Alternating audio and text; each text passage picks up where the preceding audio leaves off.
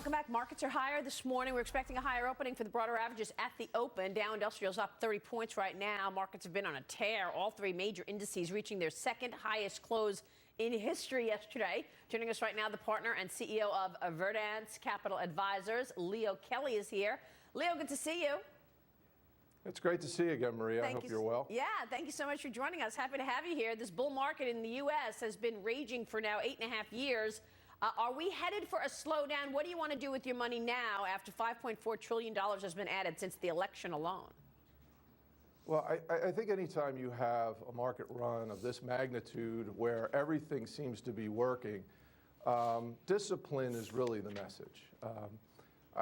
We're not bears. We're not running away from equity. We still think, given the size of the economy and the growth of the economy, as well as the fact that capital is still actually quite excessive in the market. The Fed has not pulled back on the enormous balance sheet that they've put out into the marketplace.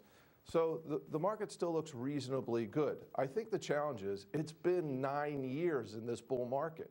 And so I think this is a time for investors to take a step back, be disciplined, look for what's coming next, and make sure you're staying within the asset allocation targets that you set for yourself. Don't get over enthusiastic.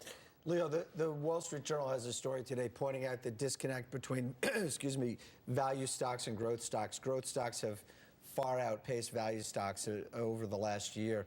Is that a sign of trouble that growth stocks are going so far? And is it also a sign to start putting your money into cheap stocks, value stocks, instead of going for growth like in the technology sector?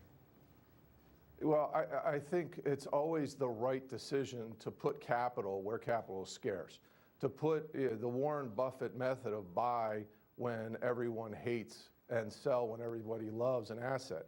And I think if you take a step back and you look at this market compared to 1999, the same thing happened. Growth stocks and hot dot stocks took off. They reached astronomical levels.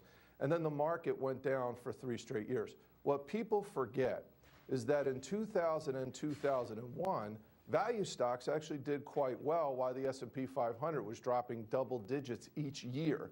So the reality is, in a market like this where the S&P 500 is moving significantly higher than the broad markets, that's a time to take a step back and look for value. It's there. It's in the market. What we have to avoid is just chasing stories and ignoring valuation. I think absolutely that's the case. You have to look for value in a market that's run up for 9 straight years. Maybe not traditional value, but the two only industries, one of our guests said this yesterday, Leo, the industries that are undervalued historically are telecom and healthcare. Is that where you find what you might define as value?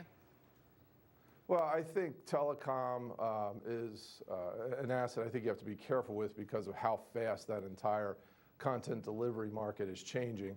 But I think broadly there's value across all sectors of the market. Even within sectors you can find value. When you break something as broad as healthcare or technology or commodities, there are hot stocks that are running up and reaching very, very high values, and then there are valuations that are actually pretty expensive. I just think it takes discipline. I think you have to look overseas. I think you have to look at markets that are not necessarily in favor. And I also think you have to look at other asset classes and look for hedges and look for opportunities, again, as we go into a 9-year bull market. Yeah. Now, Leo, let me ask you this, because we're all talking about the tax plan. We may get a Senate vote this week. Hypothetically speaking, let's say they get this done by year end. Is that a sell on the news story? Well, I definitely think if you look at the markets today and you look at valuation, there is actually nothing to worry about today, right? So the economy's doing great. Yeah, exactly. And then again, to go back to 1999. Again, remember, anybody who's been in the business for 15 years or less has never seen this. So you go back to 1999, and it was the same thing. Everybody was fine. High yield spreads are actually very tight as they've been. Interest rates are low, commodity prices are low, there's no inflation, and yet we have massive capital in the system. So I think you have to take a step back and you have to say, okay, where are the potential risks that can surprise us? The one unique factor of bear markets are that you don't see the problem coming. If everybody's going to talk about the problems that may create it, you don't see it coming. And so for us, I think you have to look at this and say, stay disciplined. It doesn't mean we're selling or we're bears. But what it means is don't let your portfolio take on excessive risk. And look for the signals that may be signaling a market that's getting tired. I don't think there's any question that the valuation gaps between the low valuation stocks and the hot names are getting wider and wider. All right, we'll leave it there. Leo, great insights from you. Thanks so much for joining us this morning. Thank you. It's great to be on, Maria. Good to see you again. Leo Kelly joining us there. Come back soon.